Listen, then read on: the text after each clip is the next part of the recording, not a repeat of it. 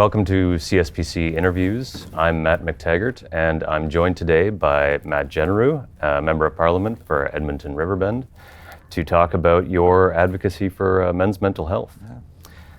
So earlier this year, you were recognized as a champion of mental health by the Canadian Alliance for Mental Illness and Mental Health for your advocacy work, specifically around men's mental health. So if it's not too personal, I thought we could open with asking why that's a meaningful issue for you. Yeah, no, of course not. And it's a pleasure to sit down with you, Matt. We've always been good friends, but also join CSPC as you're here this week. Our event that we do on Parliament Hill every year is called Father's Day on the Hill. And there's kind of the generation to get to the event. It started when I had two little girls, and they were about 14 months apart, and really started to feel the pressure of a new dad, the stress of a new dad. And there was a lot of things in our personal life were challenging, and ended up in divorce.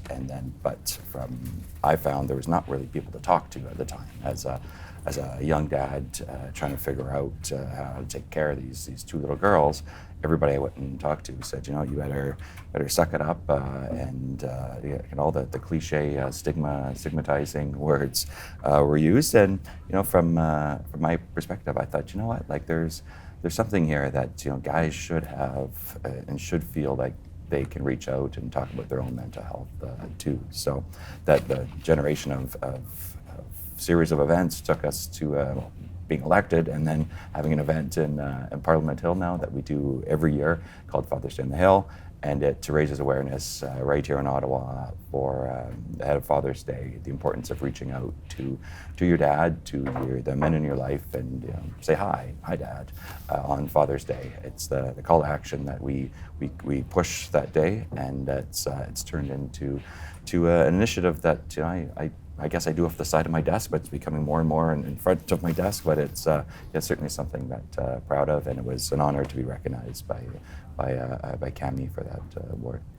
That's nice. Yeah, I can certainly relate. My own two girls, when they were born, were a year and a half apart, and it is a struggle. Yeah. And I do kind of feel we're at the cusp of the generational change. Like there is a little bit more recognition for men's mental health as an issue. Yeah, it's still like 75% of suicides in this country are men still, and that's a staggering number. But at the same time, I feel there's a lot more people comfortable with being able to reach out and talk about their feelings a lot more. And our event focuses a large part on that, to being able to raise that awareness, so people do think about the men in their life, and simply say hi, or the guy you have a beer with, the guy you play hockey with, the guy you see walking the dog across the street, just say hi. And it's the power of what that conversation could be is sometimes pretty impressive.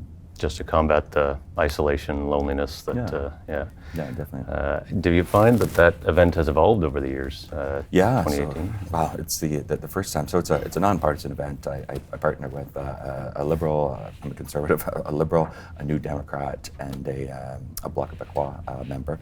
And it's to kind of like put down the partisan swords here in Ottawa is sometimes a difficult thing to do, but we've been able to do it now. It's 7 years. But the first year we did it, it was me and the same Liberal MP, and we said, we're going to do this event, and we planned it, and we thought, okay, people will show up, and it'll be droves of people. I think there was about 6 people showed up to the first event, and I think I probably had 3 of them on my payroll, and I think he had 2 on his payroll. So, but anyway, it's taken off since then. We've had celebrity guest speakers come in. We had Brian Ballmer from HGTV one year. We had just last year we partnered with the National Hockey League Players Association. They had a guest speaker to come and talk about a lot of the mental health that the players are feeling and seeing these days. So yeah, it's certainly taken off. And about 3 years ago, we started our foundation, which aptly named Hi Dad Foundation, and it's to continue to raise awareness, but to also fund research into the space to make sure that there's that ongoing connection with men's mental health, not just around Father's Day every year, but throughout the year. So yeah, then last year we also expanded to the Ontario legislature. We'd love to see it in legislatures all across the country, but Ontario was our first kind of dipping our toe into that. So this year we're looking at expanding to 2 others, and we'll hopefully, I feel like CSPC has expanded. We're hopefully when lockstep as CSPC will continue to expand and flourish like CSPC has. That's good. Yeah. Good ideas do have a way of spreading, right? So, yeah, sure. Yeah. I wanted to ask you about the foundation. Do you find that having the organization and the foundation behind you has changed or enabled further advocacy? Yeah, absolutely. So our foundation, when we came up with the idea of the foundation, honestly, it was a thought that, yes, we want to do this long term, but there's so much opportunity that we're given as members of parliament to meet incredible people, and thought, well, what if we turn a lot of the work of the foundation into a year-long opportunity to raise money for organizations that are doing a lot of this good work, and also to help fund the events that we do and expansion to other legislatures. But we're now a registered charity through CRA. That was a bit of a process, and an eye opener as a politician. We're usually on the other side of that process. But yeah, it's run a board of directors. They do amazing work, and they're incredible. I just get to sit on the board of directors as a founder and pontificate about things I think are important. But they're off and running and doing good stuff. So that's also opened the doors for what we were able to launch last year. Was the mental health summit, and this idea funded through the foundation was a thought that there's a bunch of mental health organizations out there right now that all do great work, amazing work, but there's a lot of silos in the space. And if the government goes and pops out a grant and says, okay, now everybody, here's a wonderful grant that is available for all mental health organizations if you meet the following criteria. You often find in a lot of organizations, particularly the small ones, will go and say, well, shoot, how do I now fit into this? And often are trying to change mission creep and their own values sometimes in fitting into that government grant. So we said, well, that's a problem. If an organization that started as a great idea or for a good cause is now trying to shift its own thing because the government is saying this is so that how do we turn this conversation around so it's the grassroots is leading and the organizations are leading the conversation, and then the government has to react basically to that. So that was the impetus and the purpose of the summit. And we did that in May of last year, and it was a half day. We had 4 panels of different topics. One of them, selfishly, men's mental health. We had one. It was the other one, an intersection of LGBTQ community and the rates of suicide, kids and the impact of COVID, mental health. And then the third one was having Mental Health Commission of Canada, CMHA, and Mental Health Research Canada. Their members of the executive team sit up there and basically talk about their visions as big organizations, their visions for where they see mental health going. And it, I think, was a fascinating, productive conversation at the end. But the problem with the summit was that we had a half day. It was 4 panels. We packed it in there. We were timekeeping like crazy to kind of make sure things were running on time. So this year we said, should we do another one? Would it be helpful? And it was an overwhelming yes. So this year we're doing a day and a half. It'll be in March coming up. So there's a steering committee of all these organizations we put together to start planning the process for that. And coming in March this year, we'll do the day and a half. And I'm hoping to kind of see how it goes. I cross my fingers it'll go well, but also we'll kind of see that long-term vision, that half day we carved out on the day and a half is going to be discussion on, what's the future of this? Where do we see this as its purpose, its role in the larger conversation? Right. Yeah. Reviewing the materials, it sounded like it was a push for action. Yeah. Do you see that coming from from a full ecosystem, from everybody filling their niche and doing their part? Yeah, absolutely. And it's from the stakeholder community, absolutely. But members of parliament from all parties, we were moderating the conversations. It wasn't like we were sitting there and taking notes or on our phones during the conversation. That was a key piece that we wanted, because I think tying in the members of parliament to go and have these conversations and hear what's being said from all parties. There's a lot of collective action that we can take in a non-partisan way. Like, for example, there's a lot of mental health organizations that are just screaming for data right now. Like, they want data on so many things, and it's hard because there's provincial jurisdiction, federal. Where does this municipal school board?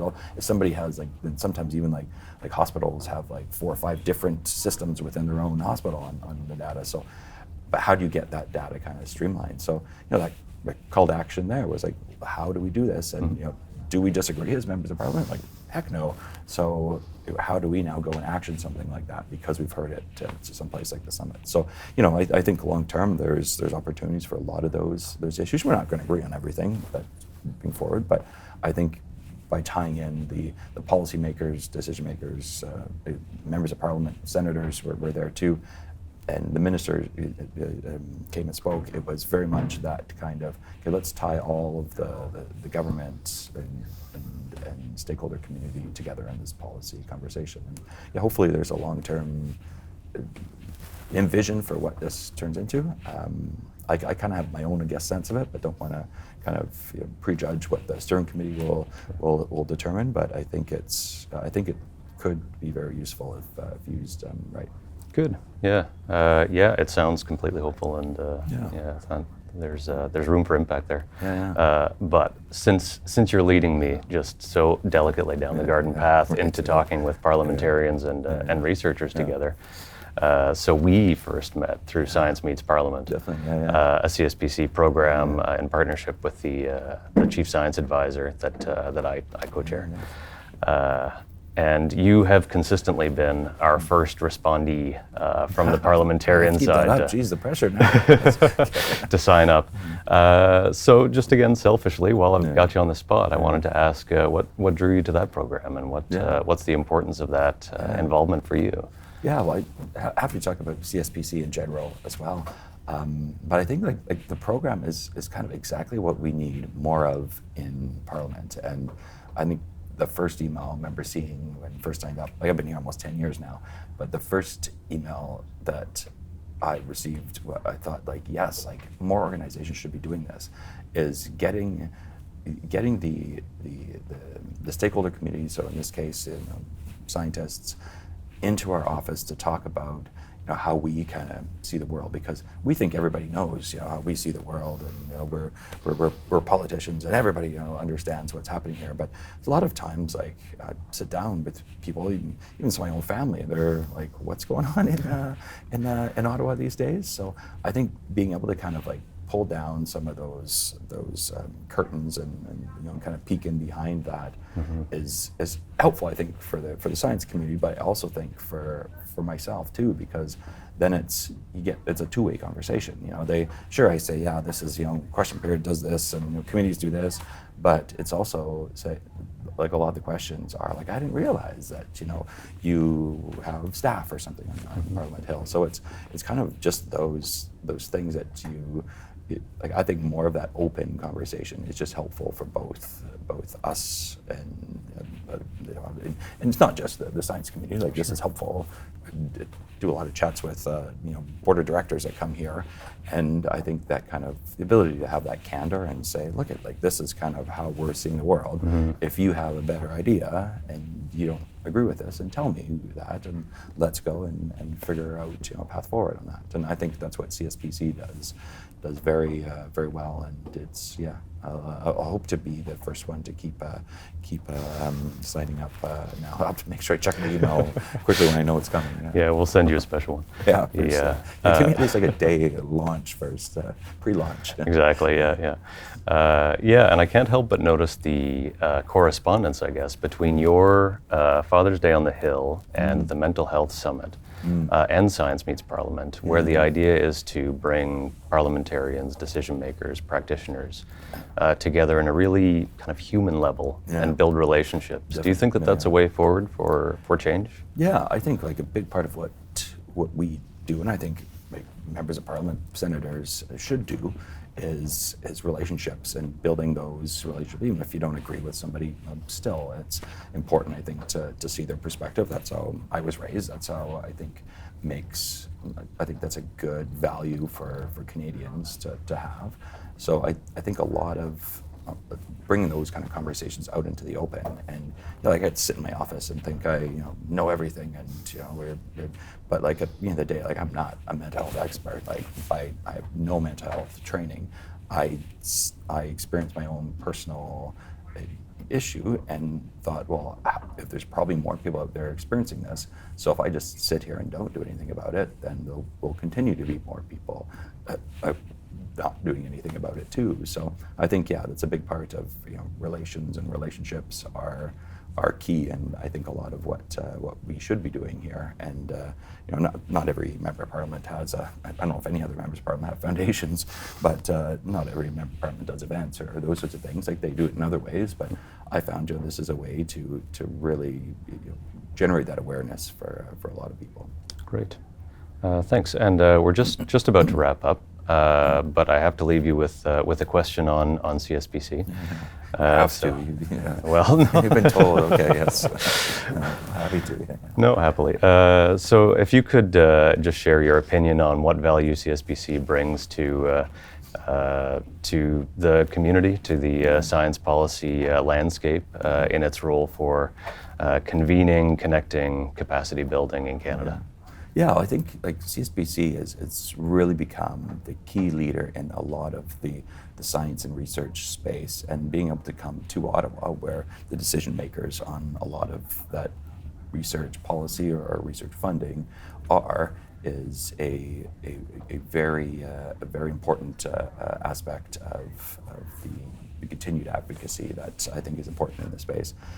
When it comes to just the education piece, the science. When I used to be a party science critic way back, and I think it might have been before we met or even during we met, but it was the science budget that had come out in 2017, and there was a lot of chatter before and a lot of chatter kind of since about what that could be or what that was. And I think I was there to critique the budget, and I would go into my caucus, and it's not just the Conservative caucus. There's lots of members of Parliament here who I think this is true for. There's not a lot of people that in members of Parliament, senators, that understand even the most simplest form of basic science, fundamental versus applied science. And I think that as a starting point was a worry for me that we need to go and share that story. So I think CSPC has done a remarkable job over the years that I've been here to be able to share the story of what the science community means to Canada. And it's not just in going and popping into your local university. There's a lot of other work going on, and I think being able to share those examples, what like CSPC does, and bring the quote-unquote real scientists to Ottawa is a really remarkable thing. And now that CSPC is expanding across the country to different legislatures and such, I think the sky's the limit for what CSPC can accomplish. And but so blessed to be able to just be friends with so many people at CSPC. But look forward to continuing to be involved. Okay, thank you very much, Matt, for joining us today. So again, I'm Matt McTaggart, and this has been the CSPC interview series. Thank you so much for watching.